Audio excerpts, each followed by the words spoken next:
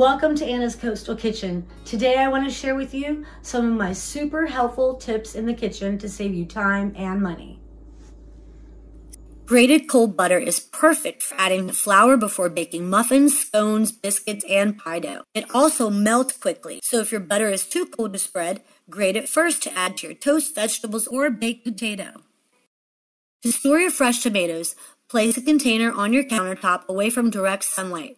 Lined with paper towels, arrange tomatoes upside down, stem side down in a single layer. If your tomatoes are ripe but you aren't sure when you'll eat them, there are other ways to make them last longer. I freeze leftover sauce, especially when a recipe calls for half a cup, but the cans are sold in 16-ounce servings, like tomato paste. Essentially, you could do this with homemade sauces as well. Simply freeze leftovers in an ice cube tray, and then once frozen, transfer the cubes into a freezer-safe bag.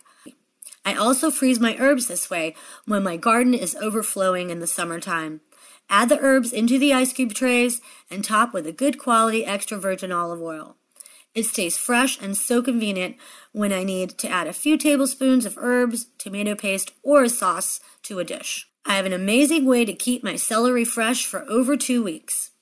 Wrap your celery completely in aluminum foil and store it in the refrigerator.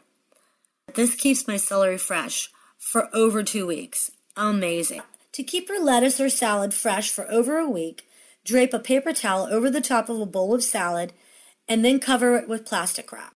I hope you found these tips helpful, and I'll see you next time on Anna's Coastal Kitchen.